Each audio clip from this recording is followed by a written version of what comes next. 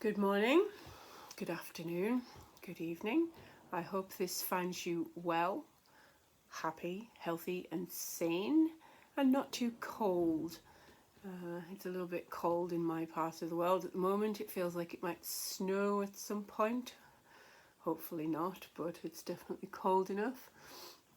I just wanted to say, first of all, a big thank you to Vanessa for inviting me to the Women of Wisdom conference that I spoke at on the 21st of January. If you would like to watch that, I will put that link down below so you can have a look at the talk about Pan and the pathworking that I offered during that talk as well. There has been some fabulous talks by the women at this conference. I've thoroughly enjoyed every single one that I've watched so far, and there's still a couple more to go before it finishes, so I'm really looking forward to those too. Yeah, I can't believe we're almost at the end of January. Where has January gone? I have no idea. It's definitely gone in a blur of reading, studying, painting and creating for me. What have you been up to? Have you got new projects and stuff on the go? Do tell me if you're up to anything new that you think I might be interested in.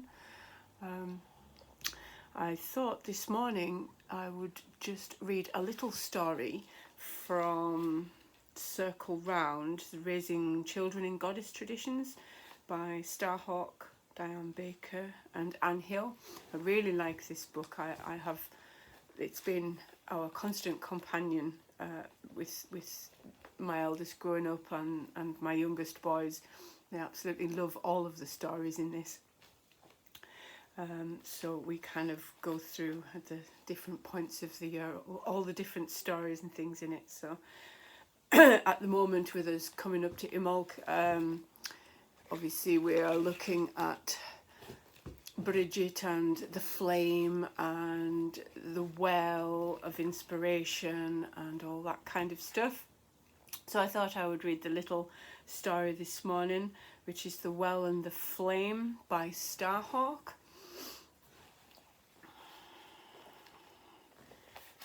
Circle round and I'll tell you a story.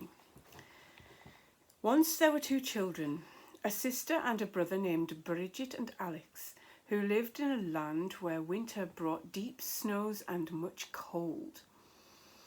The children loved to play in the snow and make huge snowmen and dig tunnels in the high banks and have snowball fights. But every year they waited eagerly for Bridget's holiday to come around, for they knew it meant that the days would be getting longer and that someday spring would come again. One year the winter was especially harsh. Day after day, clouds filled the sky and snow piled up on the streets. Night after night, a cold wind howled around the chimneys of the houses and blew smoke back down the chimneys. Bridget and Alex grew very tired of staying in the house, for on many days the air was too cold to play outside for long, even when they wore their warmest jackets with wool sweaters underneath and snow pants over their jeans and an extra pair of wool socks in their boots and all the hoods and scarves and mufflers they could put on. When they did go outside, they were so bundled up they could just waddle like penguins. And they were very tired of making snowmen and snow forts. How long will winter last? They asked their mother. Only the goddess knows, their mother said. Where can we find her to ask her? Bridget asked. Their mother smiled. Light a candle on Bridget Eve, look into the flame with an open heart and wait. Who knows, maybe she'll come to you. After all, you are named after her. So on Bridget Eve, the two children lit a candle with their mother's help and placed it on the table and looked deep into the flame. After a while, the flame seemed to grow and grow until it filled the whole room with glorious light, and a beautiful woman appeared. Her hair was bright as the living fire, her face dark as old wood, her cloak golden as a sunbeam. I am Bridget of the Holy Well and Sacred Flame, she said. Why have you called me, my children? Oh, Bridget, I'm named after you, said the little girl. We called to ask you a question. How long will winter last? Alex asked. Winter will last until clean water rises in the sacred well and bright flame burns on every hearth, the goddess said, and then she disappeared. What does she mean? The two children asked. They went to their mother, but she could not say. They asked their father, but he only winked and said, That's the trouble with the goddess, it's hard to get a straight answer from her. So they went to bed, unsatisfied. The next morning they woke up early and decided that they would go from house to house in their village and see whether or not a good warm fire was burning on every hearth. And they would ask everyone if they knew of a sacred well. So they did. They bundled up in their warmest jackets, with wool sweaters underneath, snow pants over their jeans and an extra pair of wool socks in their boots, and all the hoods and scarves and mufflers they could put on, and went outside, waddling like penguins. From house to house they went all through the village. On every hearth a warm fire burned, and while people were very kind to them and offered them good things to eat and warm things to drink, nobody knew about any sacred well. At last they had visited every house in the village. There was only one left in the cottage of Old Man Mad Dog, which lay across the frozen fields on the edge of the forest. Nobody liked Old Man Mad Dog. He was crusty and mean and didn't appear to bathe very often, and he was a stranger who had come from far away. When children came near his cottage, he yelled at them and shook his big walking stick. And when all the other people in the village were working hard, Old Man Mad Dog simply sat on his porch, rocking in his old chair and smoking his pipe. Stay away from him, the parents told their children. He's a foreigner. He's lazy and dirty and probably dangerous. And the children stayed away.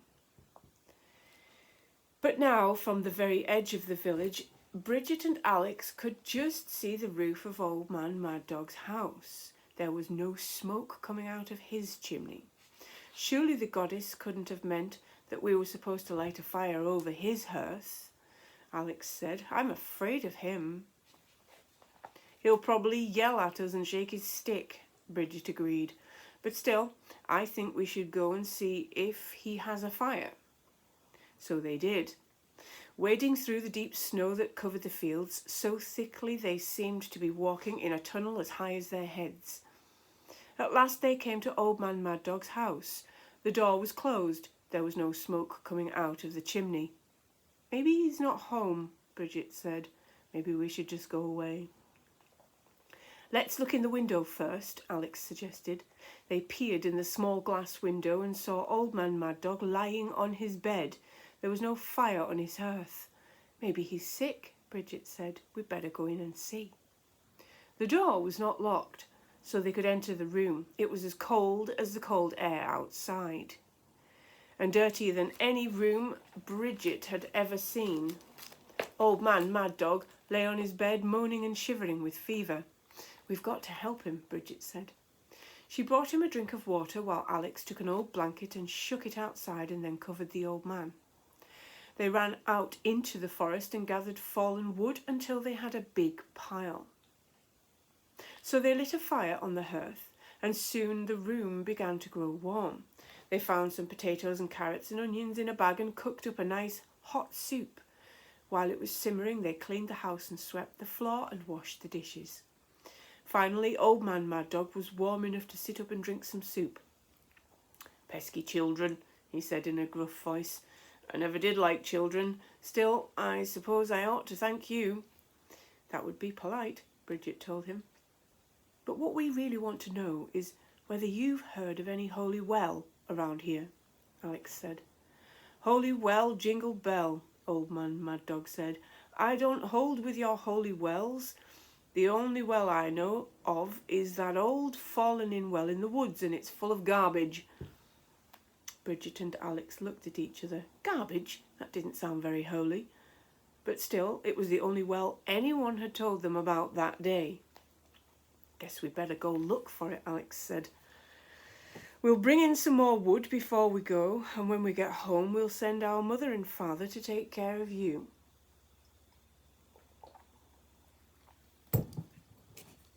Don't do me any favours, said Old Man Mad Dog. But they both felt he didn't really mean it. Once again they bundled up in their clothes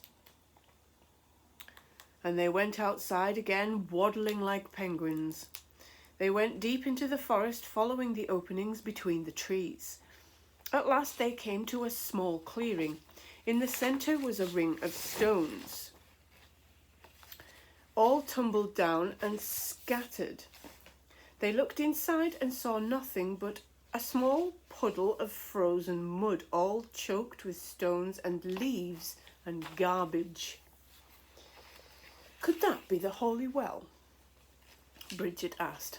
It doesn't much look like it, Alex said, but maybe if we clear it out a bit, we'll be able to get some water. They began prying up the stones and pulling out lumps of things which turned out to be cans and bottles and old rotting papers. Bridget took a big stick to clear away the fallen leaves. Alex took off his mittens and scooped out the mud, and soon clear water began to rise through the mud. We can't do much more, Alex said. It's starting to get dark. We'll have to come back tomorrow and bring a shovel. But at least we've begun, Bridget said. You've done well, a voice said from behind them. They turned and saw the beautiful woman with hair bright as a flame and face as dark as old wood. You've begun the work, and that is all that anyone can do. Is this your holy well? Bridget asked the goddess.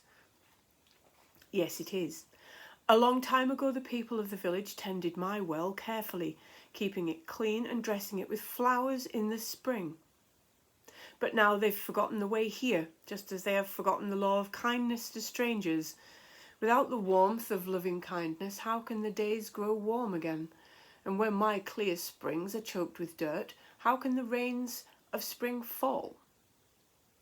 We'll remind them, Bridget promised.